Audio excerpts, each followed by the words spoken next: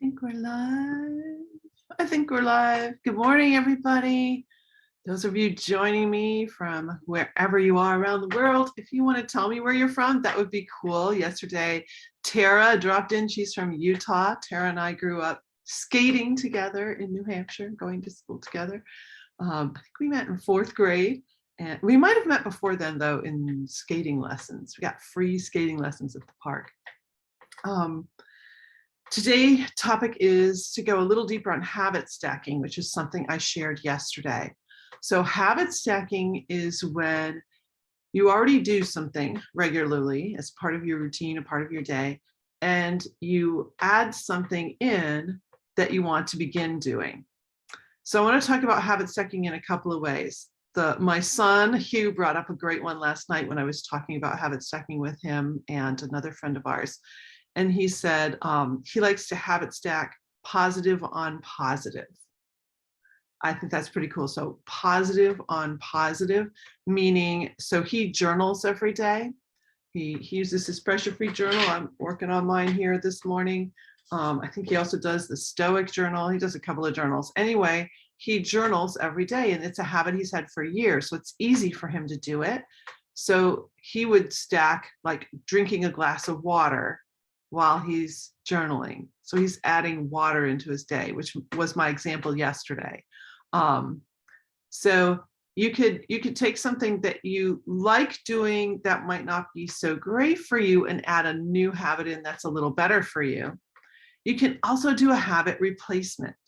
So let's say that you want to stop drinking coffee. In 2022, that caffeine just doesn't work for you, or you want to switch from caffeinated to decaf, even though decaf has a little bit of caffeine, it's not that much. Or maybe you drink a caffeinated tea and you want to go to decaf, or you want to switch up your beverage. So let's call it that, switching up the beverage. When you feel yourself reaching, make sure you have on hand the substitute.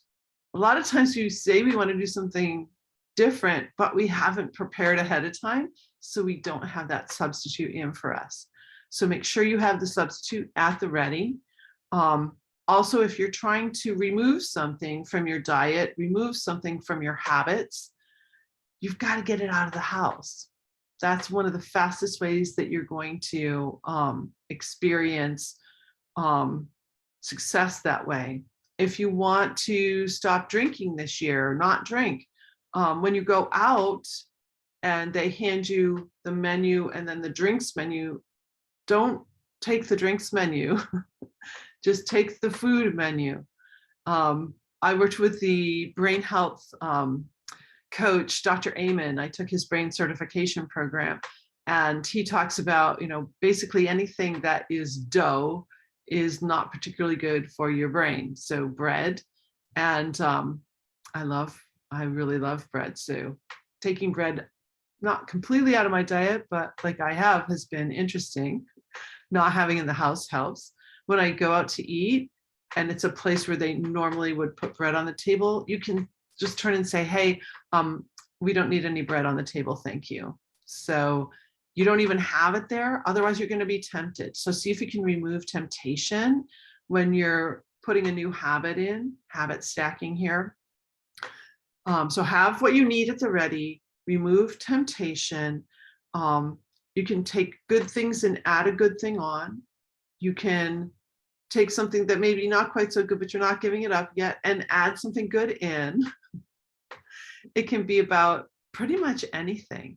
If you already do some sort of workout, but there's something special you want to add in, decide if you're going to do it at the start of your workout, at the end of the workout. I encourage you to do it at the start of the workout if it works, because sometimes at the end you'll be tired and you'll just say, oh, not today.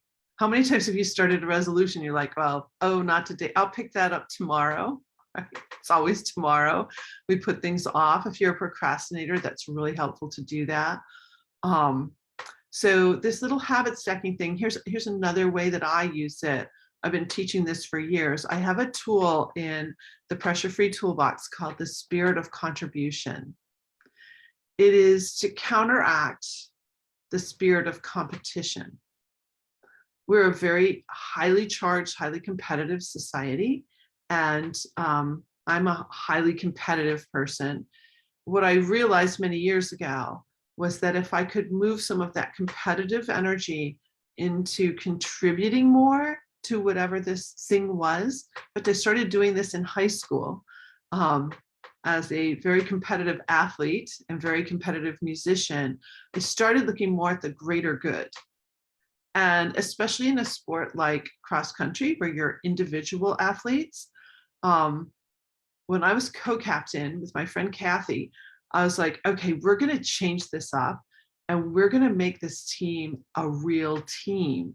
So we did really crazy things to connect us more so that we were all contributing to each other. One of the things we did was we did all of our calisthenics in foreign languages that we were all learning. One of our people around the circle was learning Japanese, so she taught us how to count in Japanese. We did Chinese, Japanese, not Chinese, Japanese, Spanish, French, German, and English. I think those are our calisthenic languages.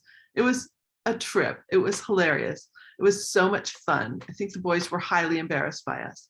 Another cool thing that we did was on especially our home meets, there were times when paths crossed, and if a runner was ahead and then we sort of crossed at the same time, we'd cheer each other on, like kind of under our breath, we'd be like, go Barb, go Kathy, go Jane. Like we'd actually say it. Go Yvette Yvonne. We would say it, okay? I remember all these people very well. Go Karen, if you're watching. Karen was one of my little running buddies. We had like perfect sync when we ran together. Go Suzanne. You know, can I name the whole team from memory? Go Mary. Mary might be watching this. So I've left some people out, I know for sure. But you get the point that we added something in that was totally different and it contributed. So so that was really cool. Contributing to something really helps. I work on it when I'm crossing a threshold, like into a room. When I walked into this room this morning, our study, I said to myself, how can I contribute? How can I contribute? So I wanted to talk about habit stacking. How can I contribute? So that you create some really great habits this year that fuel you instead of keep you stuck. So I'd love some examples. If you have some cool examples of habit stacking, I added a question in there, like a question that powered my brain in a positive direction or optimal direction. So we're at our 8 minutes. This is, let's see, this is 8 a.m. Eastern with Elle for 8 minutes. I hope you have a great pressure-free day, and I'll see you tomorrow.